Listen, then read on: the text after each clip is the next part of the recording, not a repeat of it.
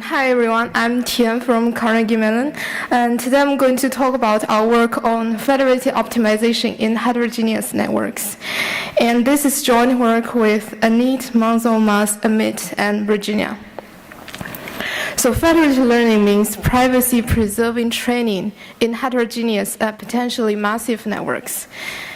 And such networks can be like a network of remote devices like cell phones, or it can be a network of isolated organizations like hospitals. And you can imagine there are lots of applications in training statistical models in such settings. Like you can do voice recognition on mobile phones, you can do train applications to adapt to pedestrian behavior on a fleet of autonomous vehicles, or you can do personalized healthcare on wearable devices, or predictive maintenance based on the sensor networks that are deployed on industrial machines. So what does a typical workflow look like in federated learning, and how does that differ from the classic distributed training in the data center environments? So usually we would like to optimize such a global objective, which is a weighted average of the local objectives. Here, Fk denotes the loss on device k, and Pk is just some weight that you assign to each device.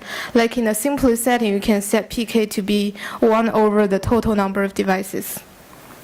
And in a standard setup, we assume it's a centralized setup where there's a central server and a bunch of devices. And at each communication round, the server will just exchange some information, like sending the current global model to some devices, and then the devices will perform some amount of local training to update the models, and then will send the updated models back for the server to aggregate. And there are lots of challenges in such settings. Like in terms of the systems conditions, like the systems environment may vary across the network. Those devices may differ in terms of the hardware capabilities, the network connections, the battery power, and the extra. And those devices can drop out of the network at any time.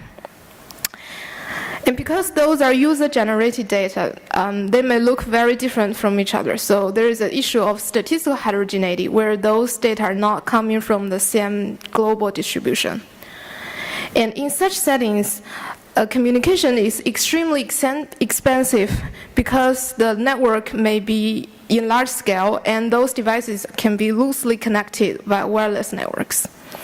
And finally, privacy is a big concern because although you are not sending the raw data between the devices and the central server, like you are keeping all the data on the local devices during the training process, an attacker can still infer some of the user information through the model parameters of the gradients that you send across the network. And a very popular method that are widely used in this setting is called federated averaging, or Fed averaging. So how does that work? At each communication round, the server first randomly selects a subset of the devices, and then it sends the current global model, WT, at the tth communication round to a subset of the devices. And then each selected device K will update WT by running E number of local epochs of SGD to optimize their local objective, Fk. And each device will send the new local model back, and the server aggregates the local models to form a new global model, WT plus 1.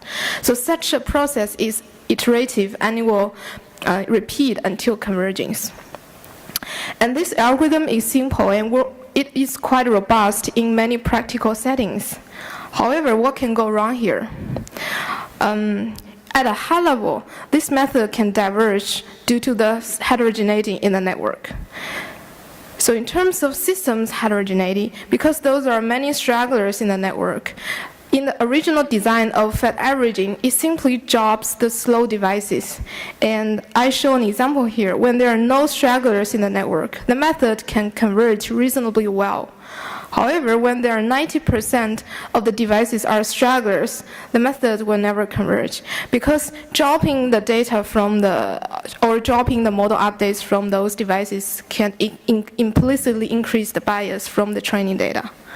And in terms of statistical heterogeneity, because those local updates are coming from different devices and they are optimizing towards the local optima on the local devices, and when you simply aggregate those local updates, the model may perform badly or even diverge.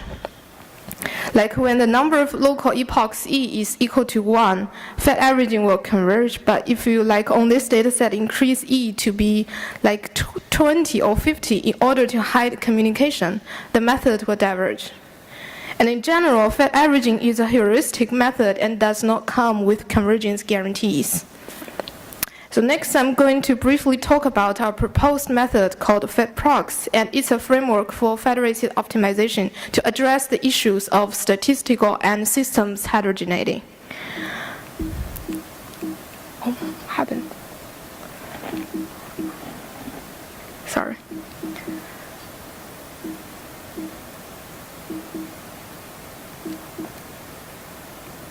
Oh, sorry. So in terms of systems heterogeneity, instead of simply dropping the stragglers, FedProx allows for variable amounts of local work to be performed on each device and uses an additional term to safely incorporate those noisy updates. And in terms of statistical heterogeneity, instead of simply averaging those SGD updates, that term can encourage more well-behaved updates in a principled way. And that's the method will have better convergence behavior. And by adding that proximal term, and we have some theoretical guarantees for FedProx, and those convergence guarantees is also accounting for the stragglers and statistical heterogeneity in the network. So FedProx improves upon the previous work by coming with convergence guarantees and demonstrating more robust empirical performance for learning in heterogeneous networks. So how does that work exactly? The first idea we propose is to allow for variable amounts of work to be performed on local devices. So FedProx will aggregate whatever local updates those devices have before a given training deadline. But because those updates can be very noisy, that can be an issue. So in addition, FedProx modifies the local subproblem by adding a proximal term to the local loss function. And here, WK is the local model on the kth device, and WT is the current global model at the tth communication round. And mu is a hyperparameter that controls how much we would like to enforce such a proximal term. So intuitively, at a high level, the proximal term aims to penalize the large deviations between the current local model, WK, from the current global model, WT. So by penalizing such deviations, you're solving an approximation of the original objective FK, and you have more well-behaved solutions, because by adding this proximal term, the local objective can be convex and smooth.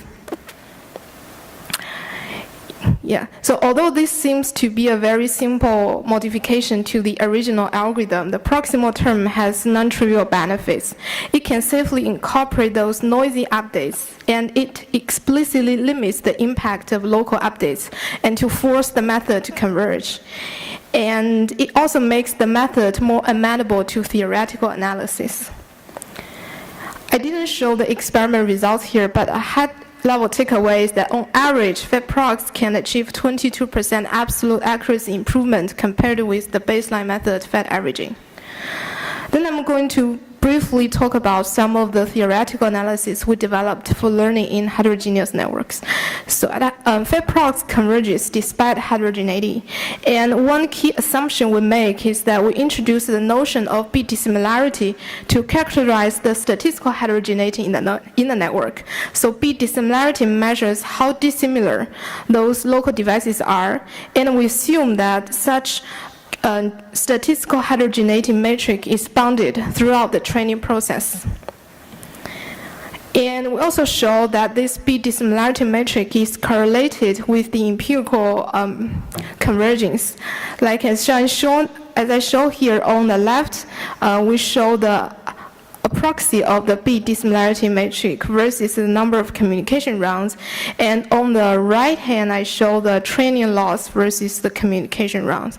As you can see, this metric is consistent with the empirical performance. And there are lots of future work an interesting future work in this domain. Like the first is to do hyperparameter tuning for federated learning, like how to set mu automatically with theoretical support, and how to do diagnostics of statistical heterogeneity a priori. Like in the current FedProx framework, we are calculating the dissimilarity matrix during the training process, and can we obtain similar matrix before training and use that metric to further improve the performance.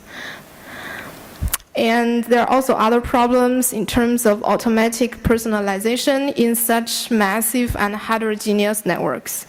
And of course, other issues related to privacy and security and some other open problems. Recently, we wrote a white paper on federated learning to talk about some of the challenges and future directions in this domain, and it will appear in Signal Processing magazine, and it's also available on arXiv right now, and you can check it out if you're interested.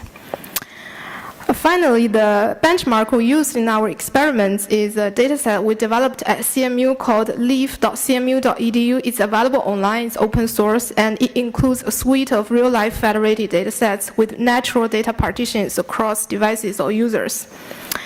And the paper and all the code is online on my website. And thanks. That's all I have. I'm happy to take questions.